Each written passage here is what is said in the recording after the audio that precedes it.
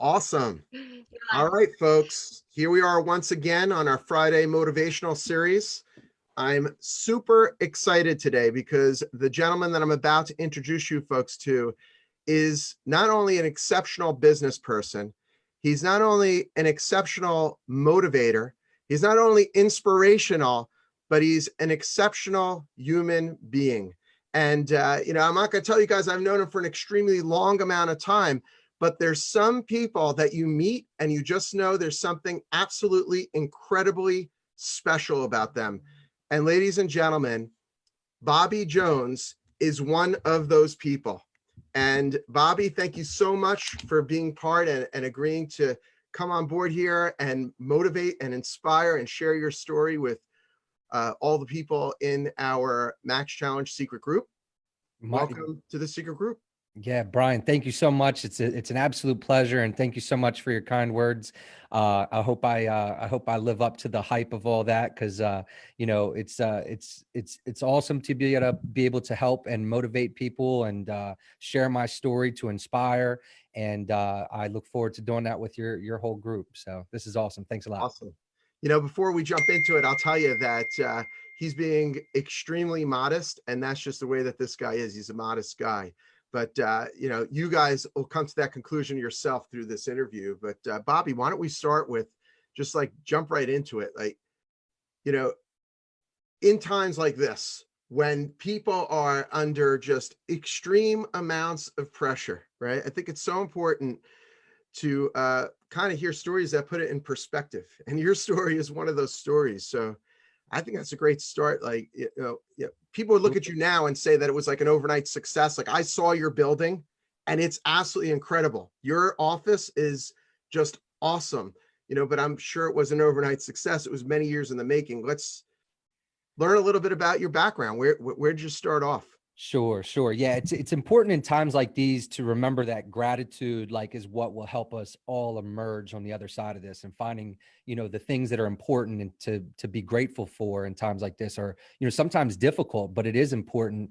And my story helps me with that. So I have a lot to be grateful for. I grew up in a really, really poor family.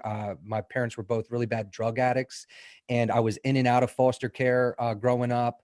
And with that kind of a upbringing and not to make excuses, I was kind of seeing a lot of negative over and over and over again, and it felt so normal for me. So as a result, I started to do those same negative things and get into trouble. And the other side of it was, being poor and going through school, and I'm sure a lot of people can relate to this, when you don't have the nice things that everybody's looking at to judge whether or not you can be in the popular crowd and in the in crowd. And when you don't have the money to afford those things, you look to seek that attention in other ways. And my way was acting out and just, being poorly behaved. And it worked. I got a lot of attention. Unfortunately, I got attention from the police officers too. And so I got into a lot of trouble and ended up in juvenile facilities when I was actually, my first arrest was at 13 years old. I ended up in juvenile facilities at 14. And actually, that particular time, I didn't come home until I was 16. So from 14 to 16, I was away in a juvenile facility.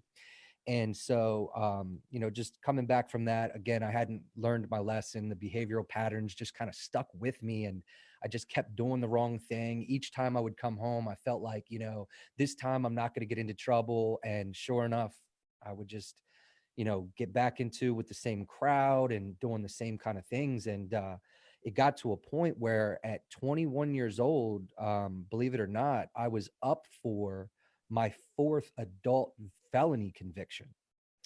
And I had been through this so much already that I kind of knew the routine. And going in, I had, kind of expected I was going to get a plea bargain that I would be able to accept, and I would, do whatever time I had to do and just come home.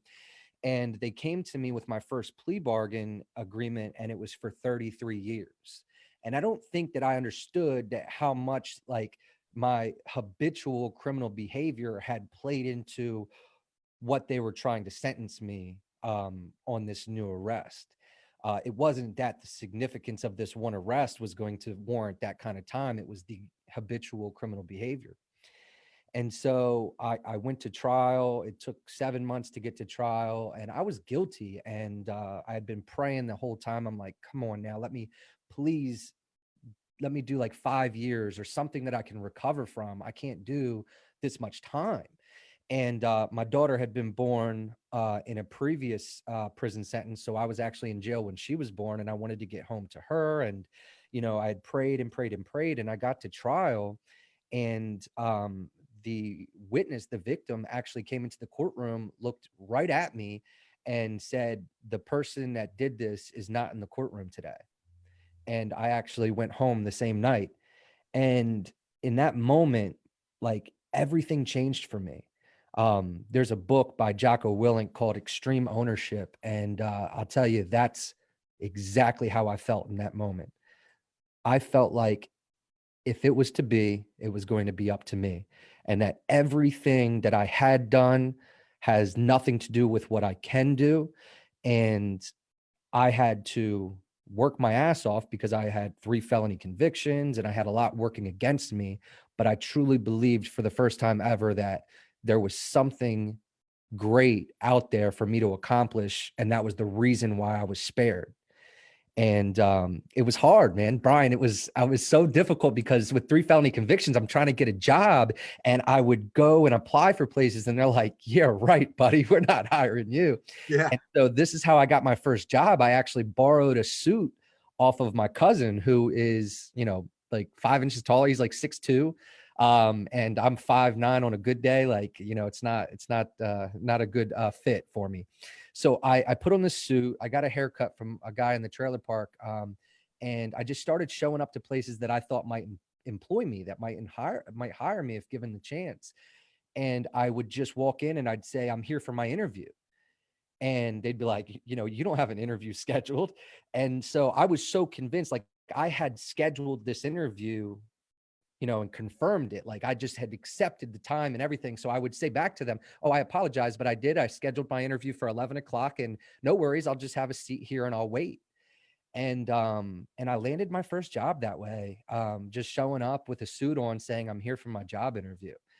And again, it was an example of that ownership. I didn't want to make any more excuses. I had been making excuses my entire life. I had this chip on my shoulder my entire life. I blamed the world on everything I had been through. And I just felt like it was so liberating when I realized that it's nobody else's fault that I had gone through what I had gone through. It's my responsibility. I have to go and make this right. And I got my first job that way, worked my way up the 9 to 5 until I started my business. And the business was started with not much money in my basement, and we worked our ass off. I mean, again, before the call, we had a moment to chat for a few minutes, and I give all credibility to my team because they make it possible. But it's exploded. We were actually awarded last year. We were awarded one of the fastest 50 growing businesses in our state.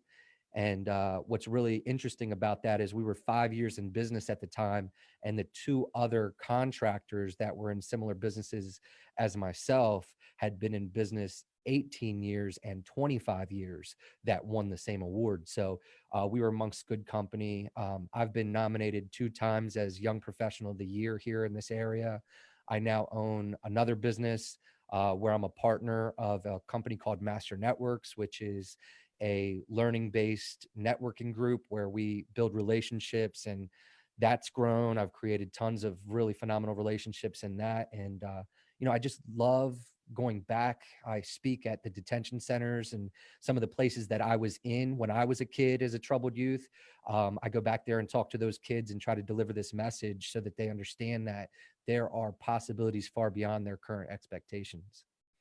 All this is really absolutely incredible. And I mean, for me, taking a minute to pause and to really just think back a second, to that moment when you made this decision to take complete responsibility, and just thinking about, the dark tunnel, like that's an analogy that a lot of people use these days, because at the end of this dark tunnel, there is a light, right? Yes. And if we don't focus on that light, if we don't focus at, okay, we're going to be out of this thing, eventually we are going to be out of this thing that we're all in right now, Mhm. it could become very dark. right? But yet I think your situation, if the people that are listening to this take a second to really think about it, you grew up in a home where you had nothing. I saw pictures of it. I saw pictures of the house. Like, the large majority of people who are on watching this, I'm sure have 5, 10, 15 times more than you had at that point in time in your life, right? You grew up in it was like a single row. What do you It was call a that? single wide trailer, and it was not in the best of condition. And I will say this, Brian, a lot of people that go through what I went through also have a lot of misery with it, in like a really abusive relationship. With my parents had an addiction, but I'll tell you, like, for most of my childhood we were happy, and I really didn't know that we had so much less than everyone else until you learn that, right? Because you don't know what you don't know. And so it wasn't until I got to the age where everybody was comparing brands of shoes and these kind of things before I started to realize that we were much less off than others. And so it wasn't until like later on I started acting out for the attention. But for the most part, like in my early childhood, I was pretty happy as a kid. And I think that today I still hold on to that because my happiness today is not connected to any material objects or the size of my house or the car that I drive. And I really tie that back to my early childhood where we were happy, we just didn't have much. And going in and out of foster care, there was a time where we literally, neither one of my parents had a car, neither one of my parents had a driver's license, a job. We actually had extension cords ran from the neighbor's house to Oh power our God. refrigerator and our TV. This is, yeah, Oh no kidding. yeah. And we would, I mean, like my dad would be very creative to provide for us. We ate food from churches and things like that to really survive. But again, you just don't know what you don't know. And it wasn't until later on that I really realized that we were without so much. And it was a very tough time, because when you have the desire for nicer things and you don't have the right means to get them, or at least it's not taught to you, you look at what is happening around you and you do those things to try to make the money to get the nicer things. And it was just a snowball effect for me, because I embraced all the wrong things and went full speed ahead with negative criminal behavior. But So, then at some point you made this decision to just completely turn it around, oh right? man. And I remember watching a video that you produced. It was absolutely incredible and inspirational, where you talked about, um, how you'd have to you visualize yourself being the person that you needed to become. Yes. Yeah. So it was really interesting, and this didn't happen until after that, that moment where I was spared. But there were moments before that where, and now it's like so important that I remember those moments, because it's mind-blowing. Because when you accept your current situation, when you accept your behaviors, when you accept the expectations that you have for yourself, it can be extremely limiting. And that's what I did for myself. There were moments in my prison cell, and this was like probably 2003, 2004. So it was moments that I was in my prison cell and I would look out the window and I'd see the barbed wire across the top of the next building, and you get this little glimpse of the sun over the top of it, and I'm just sitting there because you got nothing but to do but think. And I'm in those moments and I'm looking up and I'm like, you know what? This is just going to be what I do for the rest of my life. Like, this is it. I'm going to be in and out of jail, or worse, I'm just going to be in jail for the rest of my life. And oh man, it's like when I finally took ownership of my life, and and to understand and to learn that the reality of the possibilities beyond those expectations that I just accepted in that moment is just so opposite of each other. Like, I am accomplishing things today that are so far beyond like what I could have possibly seen when I was released from prison. Like, when I first was released from prison, I'm thinking, okay, I go get a job somewhere. Maybe I work there for 25, 30 years and get some kind of a retirement and I'll get by. And today, like, now I'm employing other people. I'm hiring other people and affecting so many other people. It was so far beyond. So now my biggest message, and we talked about this before the call, is like, my message is, listen, whatever you think your current expectations of yourself are limited to, or whatever you think your limitations are, there are possibilities so far beyond that. And when I was released, I took ownership of myself and I said, okay, I don't want to be what I've been. What do I want to be? What can I envision in the best form of myself, in my ideal self? What would be the perfect version of myself, how I can see that today? And I really did create this image of what I wanted to be. That's kind of the reason why I put the suit on, right? I kind of, manifested a certain level of behavior because I was dressing the way that I wanted to perform. I dressed the part of that perfect version of myself. And I always challenge people to look at that. Like, if you look in the mirror and you say, okay, is what's looking back at me right now the perfect version of myself?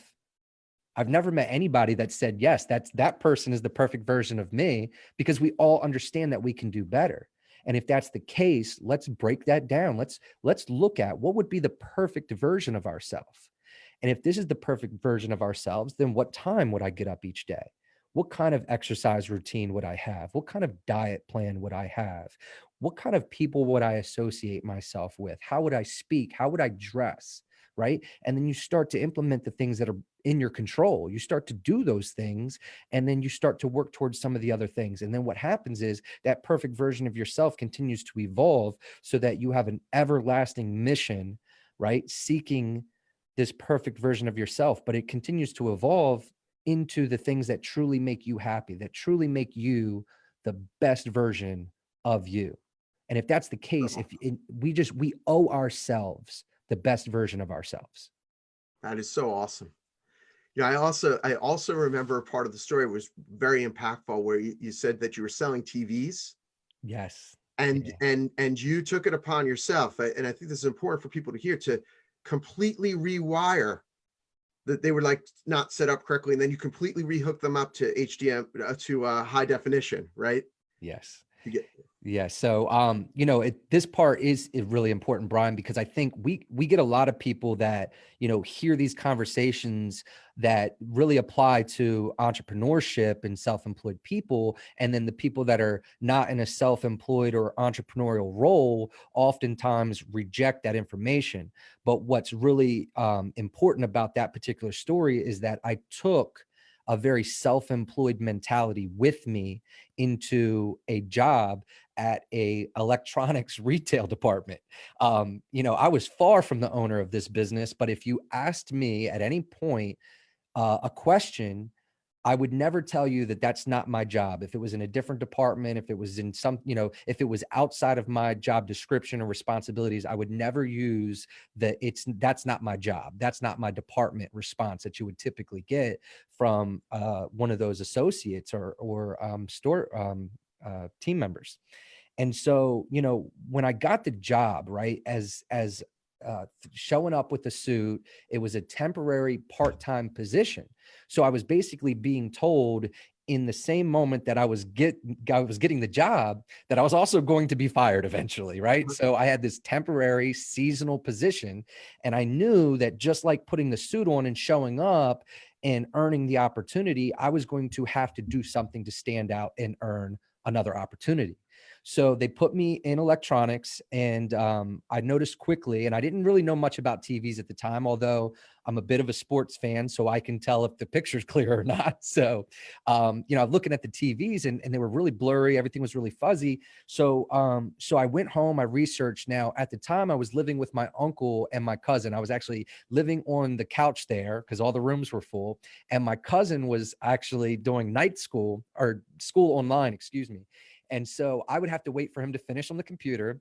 And then I would have to get on the computer after him and look on YouTube about how to set up the TVs and how to get the connection right. And so I would learn everything I could online after he was done school. And then I finally got enough information together that said, I'm going to go ahead and do this.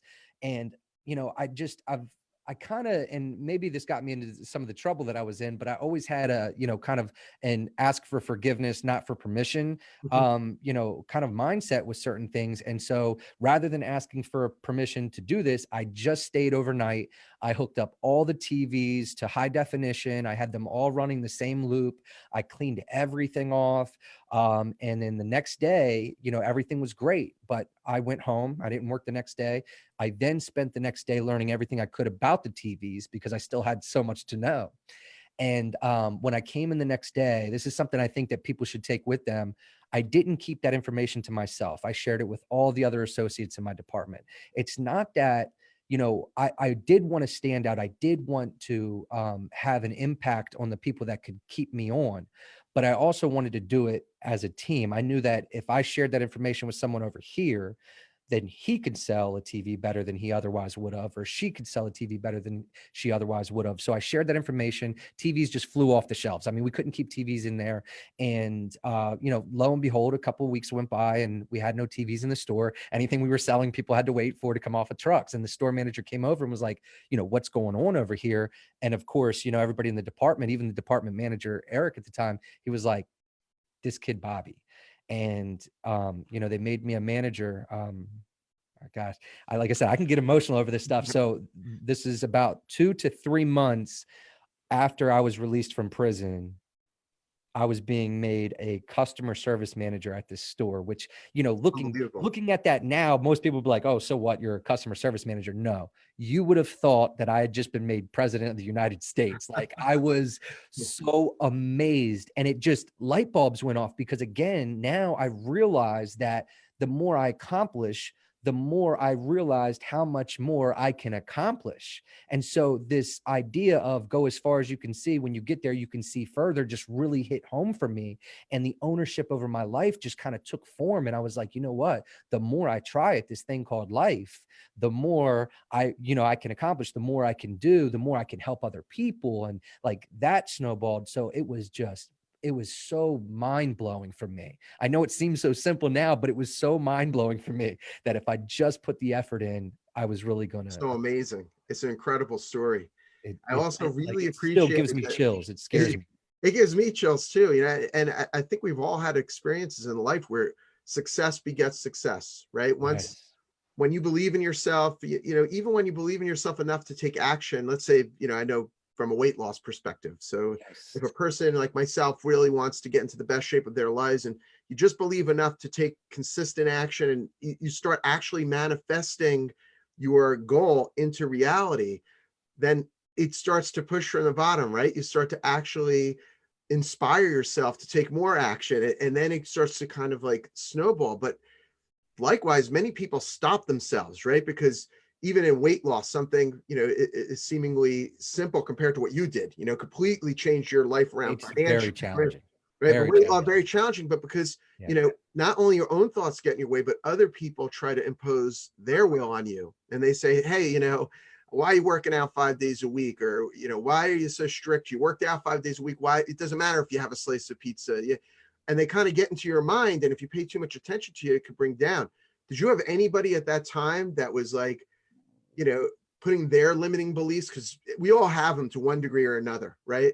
Oh, Did yeah. you have like a friends or family members that, were kind of saying, hey, what are you doing? Good enough is good enough. Just keep the job. Why are you opening up a business? Yes. So especially when I went to start the business, but even so, I mean, when I walked into that store with a suit on, of course I had self-limiting beliefs. I'm like, what the heck? You're very uncomfortable, but at the same time, I had I had nothing to lose, right? And what that did for me, and I think that was the one thing I can say that, is almost unfair in a certain, perspective, because I was forced to, just I had nothing to lose. I had nowhere to go but up. And so I could move forward without much fear of failure because there was nowhere to go down, right? A lot of people, not only the self-limiting beliefs, which I'll answer that in just a second, their own just fear of failure in general, which is typically based around what other people think of them, and their, giving that power of their happiness and their control over their lives to other people and their thoughts is a whole nother issue. But coming back to like the self-love and the self-limiting beliefs and the beliefs that other people project onto you, I had an incredible amount of love for myself that was developing from every accomplishment, right? Every time that I was accomplishing something, my self-worth would grow, my self-love grew as in return, right? As a result. And so what was happening is, I was creating this, I owe it to the more I felt like I loved myself, the more I felt like everything I was doing, I owed to myself, right? Just like in weight loss, like you have to feel like you have to love yourself enough to put yourself through the workouts and the diet, right? Because otherwise, if you're doing it just because your husband said you were overweight or your brothers, like it's never going to mean as much as it is when it is for you and your own wants, interests, and what you and how you feel about yourself. But when I started my business, and I kind of pick on my father-in-law now, but it's realistic and it's well-intended too. Like it's well-intended. Like I know that when he told me that I shouldn't start my business, he meant well, So when I went from, at the time I was, doing well, I was with another organization and I wanted to take this leap. And the question that kept getting placed on me was, what if it doesn't work? And like, they had to forget. I was like, you have to forgive me, but I'm only thinking about what if it does work. You're thinking about what if it doesn't, but what if it does? Right. And so for me, again, kind of like, even though I had some to lose at this point, I was climbing, I still had that I have nothing to lose mentality because I wasn't afraid of failure. I had seen that. Like I had been broke and I had been in the trailer park and I knew I could do that if I had to. So if I had to start over tomorrow, I didn't really have fear of that because I truly believed that I would emerge from the ashes and I would come back. So I just went full speed ahead. When I made these decisions, I just went full speed ahead. When I started my company, we actually didn't even have any business cards. We didn't have anything, right? Wow. And I said, I want, in order for this to work, we got to, we need action. We can't just sit here and talk about ideas and goals and things like that. We need action. Action is what's going to make this work. So I went out, I started knocking on doors. And for those of you who don't know, I own a home improvement business, which is predominantly a roofing replacement focused home improvement business. So I just started knocking on doors and I said, hey, have you had your roof looked at recently? I used blank invoice statements that I bought from Staples. I used brochures and literature from the manufacturer, and I just pitched the roofs and I sold roofs. And I took that money that we profited on that job and I bought business cards with it. And I invested back into the company. I invested into myself, into trainings, into self-help, and continued to learn how to, I learned how to run a business through audiobooks and used books that I bought on eBay. I don't have a degree. I didn't go to any online schools. Matter of fact, I still only have the GED that I got while I was in prison years and years and years before. So, for me, like I knew that I had to learn. I didn't know it all. I think that, we have to have that level of humility always. So I knew that I had to learn how to run this business. I knew I had to learn how to lead people. I knew I had to learn all these things. And so I just made an everlasting commitment to that. And the business has just grown and grown and grown. And, we've got a great organization now, and we've reached levels that I didn't even envision then. And now it's starting to become real of what the company can do and what some of these team members can really do and what we can do for our community.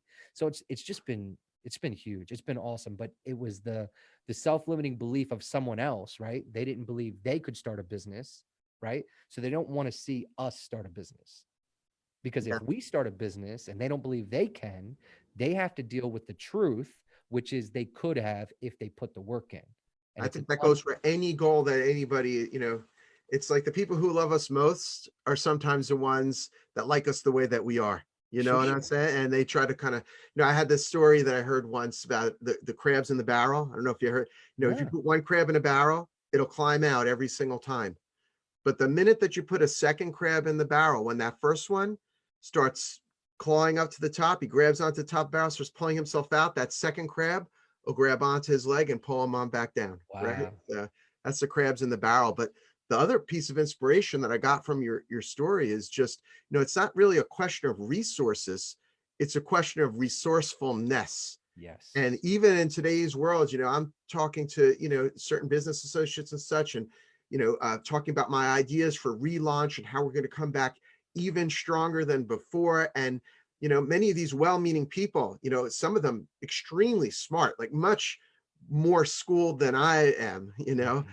they're coming to me and saying, well, you got this competition over here that's half the price. You got this over here that's this, but for God's sakes, if you want something bad enough, you'll knock on someone's door with a blank invoice, Mhm. right? You know what I'm 100. saying? Like even now, our franchisees, for our members who are all watching this, our franchisees are doing such a fantastic job creating this virtual experience. Yeah. Like I'm in my closet right now, right? Yeah. When they do their virtual classes, it's not in a beautiful studio. Believe me, we have a beautiful studio that's being built, and we're going to relaunch with this incredible virtual studio. Like it's already in the works. But right now, some of the franchisees, they'll say to me, yeah, but it's, it's in my garage, or it's in my, it doesn't matter. It's the experience. It's the interaction. Mhm. It's the relationship that you've already built and that you're going to continue to move forward with, and the relationship that you made. And I think that that's what you were saying, it was like, you just knocked on the door, and so what if it was blank? You had to garner their trust in another way. Yep. And I guess you did a great job on those jobs, right? Like, so then you Oh replaced yeah. you did a fantastic job. And then the Yep. word of And that mouth, was it. probably. Yeah. I had read a sales book, before that. And the one message from the sales book that just always stuck with me was, if you are not working for a company that offers the very best in the industry, the very best product or service or whatever it may be, then you need to quit right now and go work for that company. Right. And so that meant to me, I had to always provide the best product quality and service in order for my salespeople to offer it enthusiastically, in order for me to offer it with enthusiasm and pride and real belief. And that's another thing. Like, I can sit here and talk about the things that I know on here, and I could talk to a huge crowd. But if you asked me to talk about something I know nothing about, I would have to say no, because it's the enthusiasm and the pride and the belief in what I'm delivering that makes it energetic and enthusiastic. Otherwise, you can't transfer the belief through your enthusiasm over your product and service to your prospective client. And so, for me, that was one of the most important things: offer the very best product quality and service that we could. And that way, there was never a time where my team member was going to leave and work for somebody who offered a better product or That's so service. exciting. Yeah. That's so amazing. I So always tell people, and not to interrupt, but because it's just to frame it up, I tell our franchisees that there's three criteria that they have to meet in order to come into organization. One is, their financial goals have to match the opportunity that we're presenting, right? If they're looking to make X and this opportunity offers Y, it's not a match. It's going to be it's not going to be a happy relationship. But very smart. B is passion. And that's what you're talking about. Like, you got to have a passion in our business for helping people live happier, healthier, more fulfilled lives. Because in times 100%. like this, when we're hit with COVID, like, it's that passion that's going to carry you through and bring you to the other side. But the last part, which I think you spoke to very fantastically here, is you've got to really have it in you to strive to be the best in the world. And Mhm. it seems to me that you set out to create a business where, your world was Delaware, right? Like your Mhm. town in Delaware. What town is it? I'm in Dover. Our office is in Dover, Delaware. We serve the whole state, though.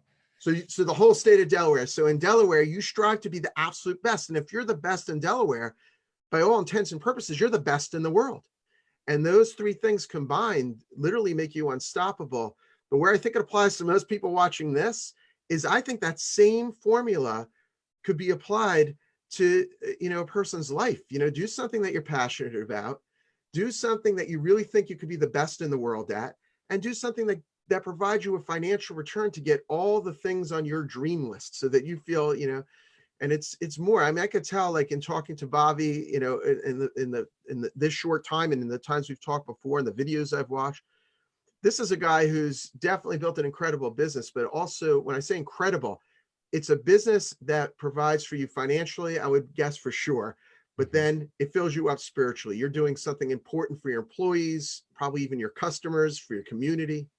Yep. It's been huge. And that since day one, well, I say day one, more year one, um, we established a relationship with Habitat for Humanity. So as a roofing business, we've been donating 4 roofs per year to Habitat Wow. for Humanity since the beginning. And so, I think that's extremely important. And a lot of people stop themselves by way of community and charity because they feel like they have to contribute in specific ways. And I always say, like, find what matches up with your current efforts so that you can, help, but use your resources to help, right? So like in the very beginning, I didn't have the time to go back to the detention centers. And quite honestly, I didn't really have the success yet or the credibility yet to even deliver that message. So it wasn't like in the beginning, I could just go to the detention centers and start talking to people and delivering this message.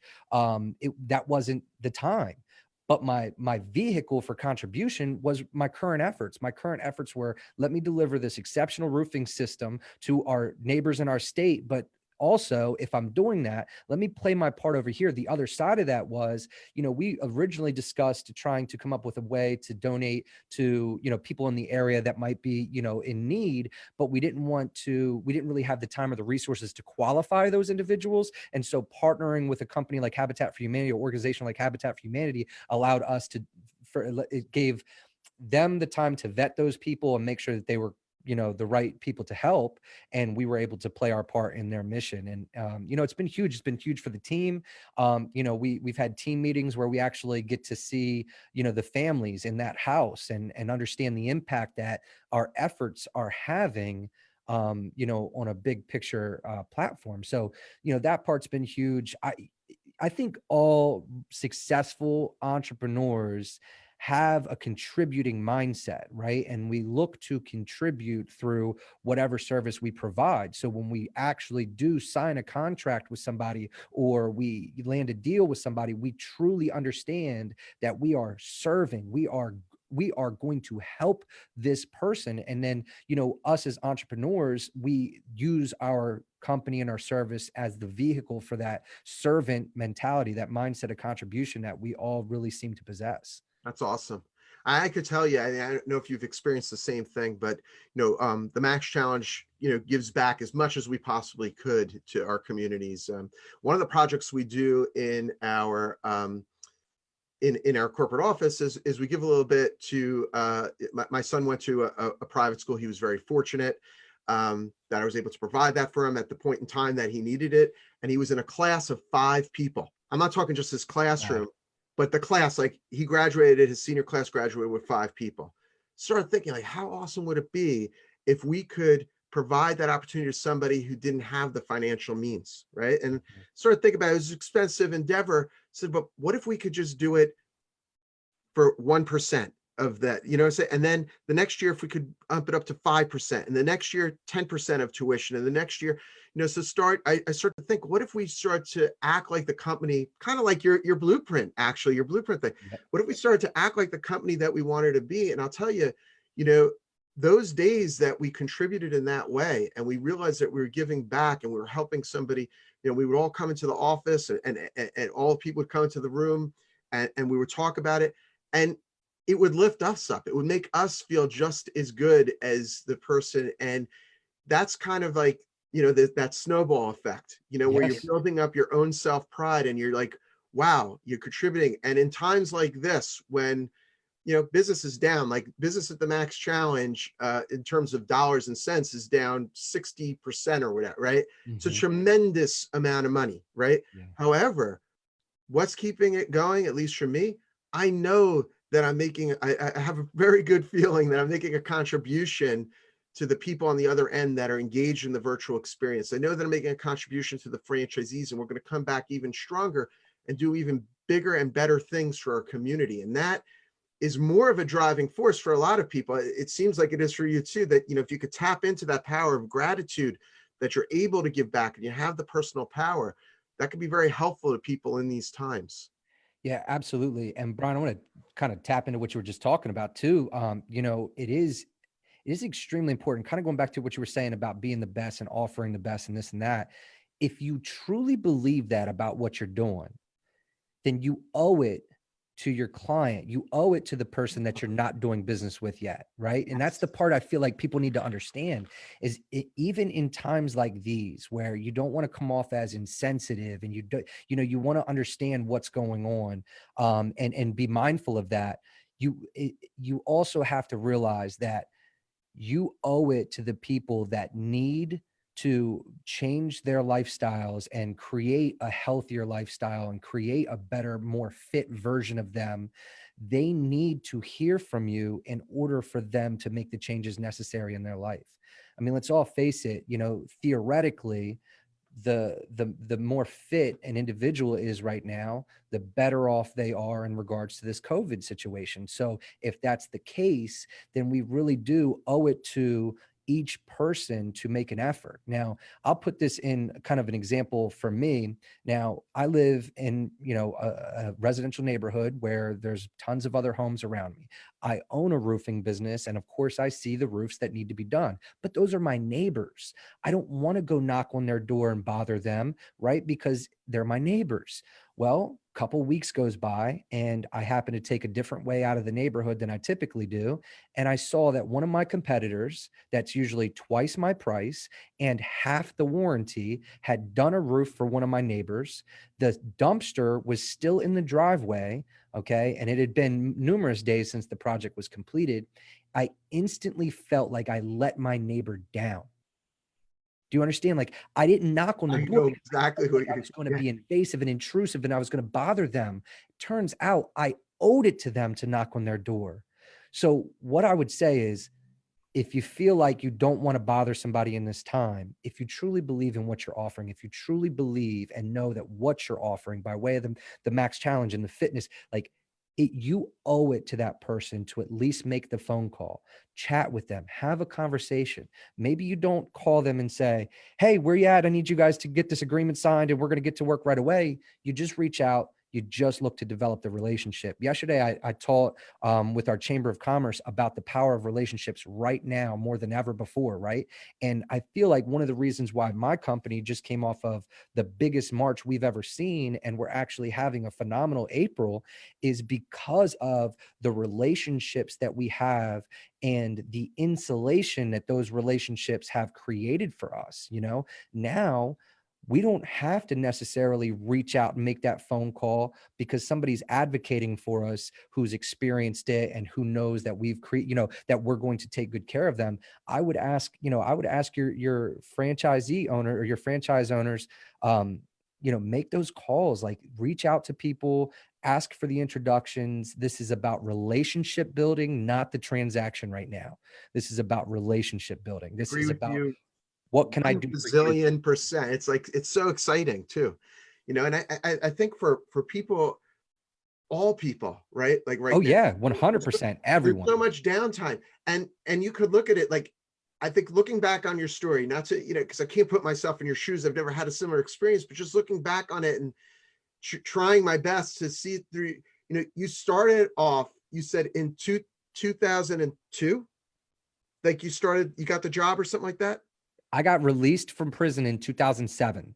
In I got the 2000 and freaking seven. That to me is like yesterday. right. You know No, what it, it, it like is. that's like nothing. That's It and is. what you've I done was to turn yourself. Then you went and you got a freaking job. Then you went and opened up a business. Then you turn that business into basically a well-known powerhouse of a bit. It's absolutely incredible what you've achieved. the most mind-blowing moment for me was almost exactly 10 years after I was released from prison. I was nominated Young Professional of the Year in my area. And that's sick because if people really think about it, it's like somebody applies for a job and it says that you have a criminal background, you have to check off a box or whatever. It's very difficult to get a job, Right. right? You don't get the opportunity to build a rapport or relationship or sell yourself or even have the discussion. You were told no before you ever asked, really. Yeah, that's right. And so people need to put it into perspective. It's like, but you didn't take no, you just went to the next step and said, okay, well, who do I have to become? And then you started to formulate this idea with the suit and the whole thing. And you showed up like you had an interview, but you had no interview scheduled. You put yourself out on a limb. I mean, this is crazy. And then, It was you get the job. uncomfortable. It was And yeah, uncomfortable. I just think say that again.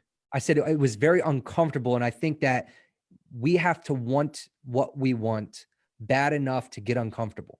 And I don't think enough people do. I don't think enough people are willing to get uncomfortable for what they want. I agree with that 100%. And then you took a freaking step further, and you took your job and said, I'm going to treat it like I own this place. And you figured out with no background, no experience. I mean, I'm sitting here trying to figure out which button to push on Zoom.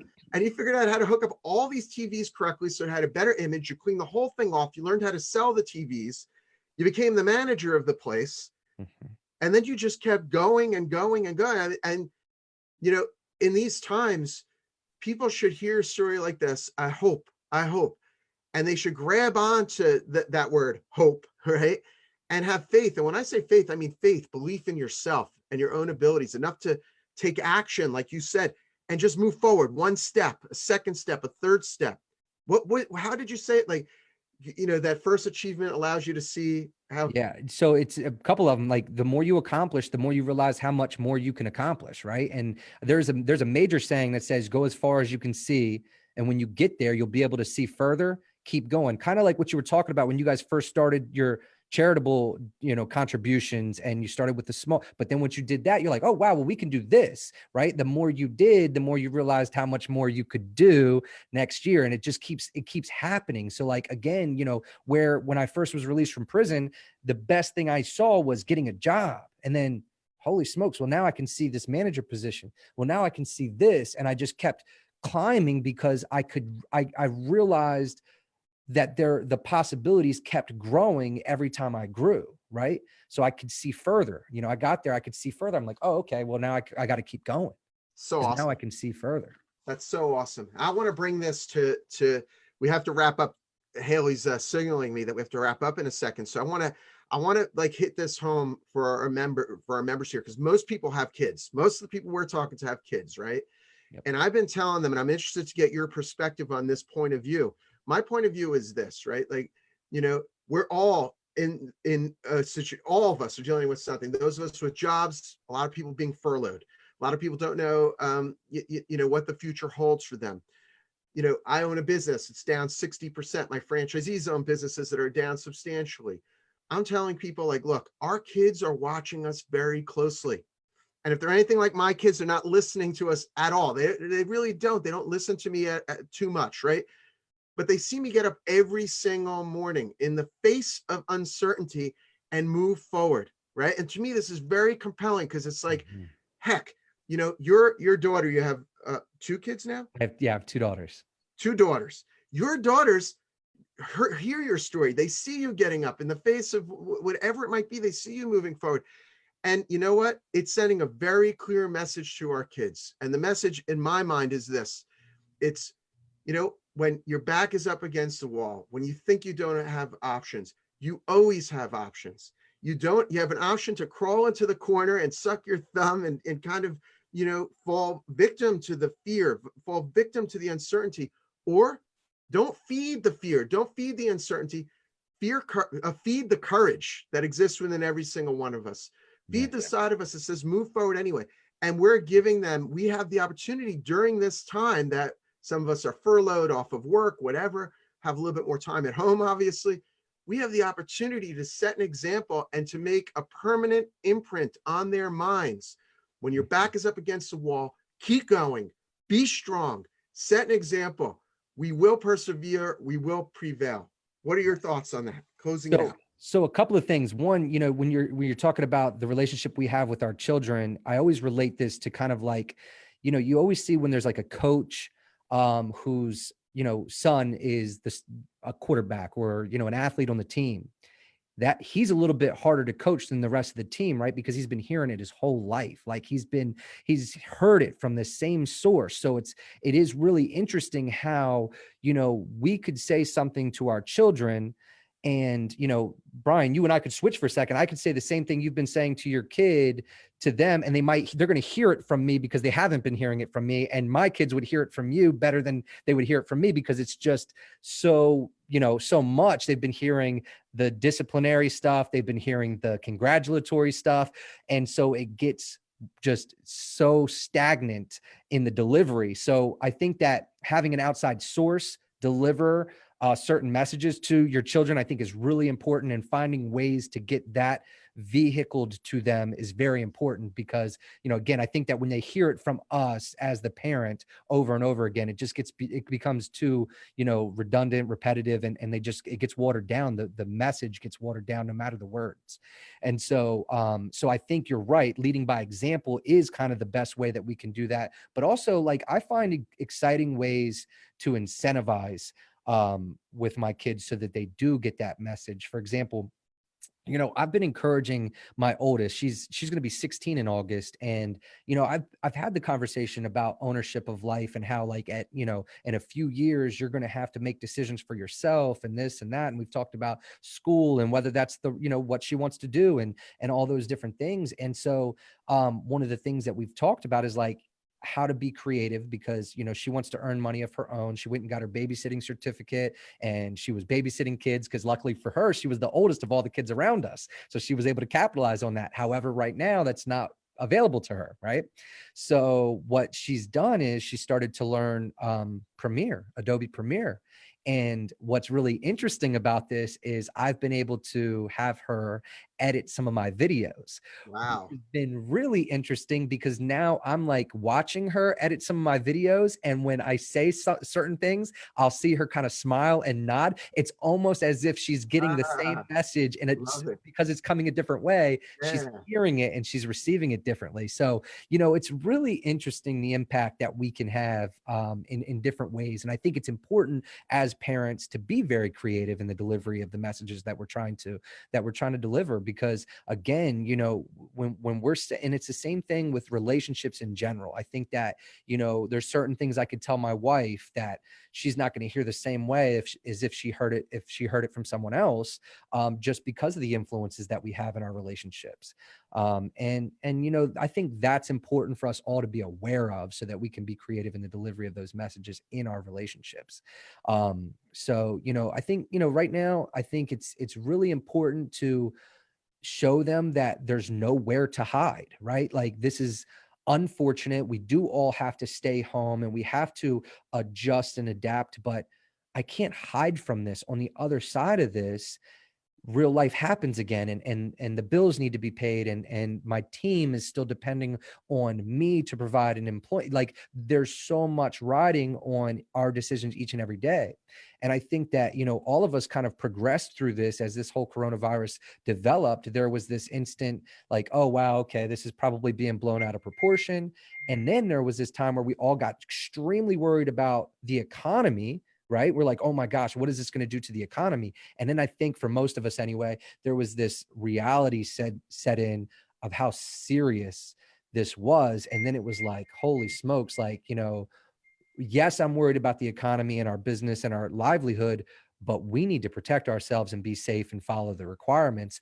And so there's been this evolution of emotions that we're all kind of dealing with and processing through. And I think as we process back into how do we rebound, how do we survive and emerge on the other side of it, it is important that we lead by example for not just our kids and our family, but for our team and the people that are impacted, just because they are watching and waiting to see. I think it's also, there's a lot of opportunity. We started talking about this before we started going live. There's a lot of opportunity right now that people aren't understanding, that there's things that we're implementing in business right now that will survive, that will live on permanently, right? Regardless of the quarantine, because of the convenience of it. This is a great example. I mean, you think that there won't be more people using Zoom after this quarantine?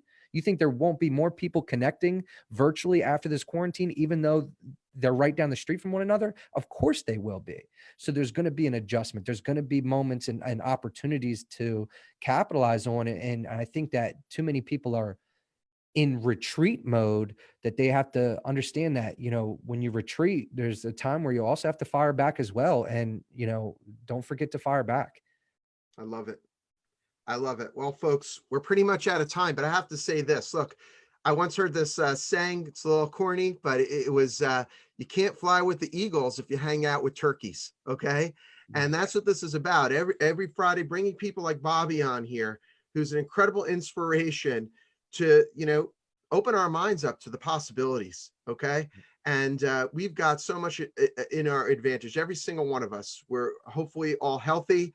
We're, got a lot of advantages being Americans for sure, right? We live in the strongest country in the world, and we will prevail. We will come out of this, and we will come out of it stronger than we were before. Let's open up our minds to the possibilities, and let's just go out and get it. We owe it to ourselves. Like Bobby said, we owe it to ourselves and to 100%. our family and to our community and to our country as well. All right, that's it, folks. Signing off. Thanks again, Bobby. And thank you guys for having me. It was a pleasure. If you guys want to connect with me on social media, you can find my Facebook page by Mr. Brightside, Bobby Jones. The name of my company is Brightside. So I was dubbed Mr. Brightside years ago, and it just stuck. So, awesome. And my YouTube channel is Mr. Brightside as well. So thanks, guys. It was a pleasure chatting with you, Bryan. We'll also make sure that we put it in the comments section also, so people can get it there. Haley, make sure you do that. All right. Thank you so much, guys. It was a pleasure. Great time chatting with you, Bryan. Thanks again, Bobby.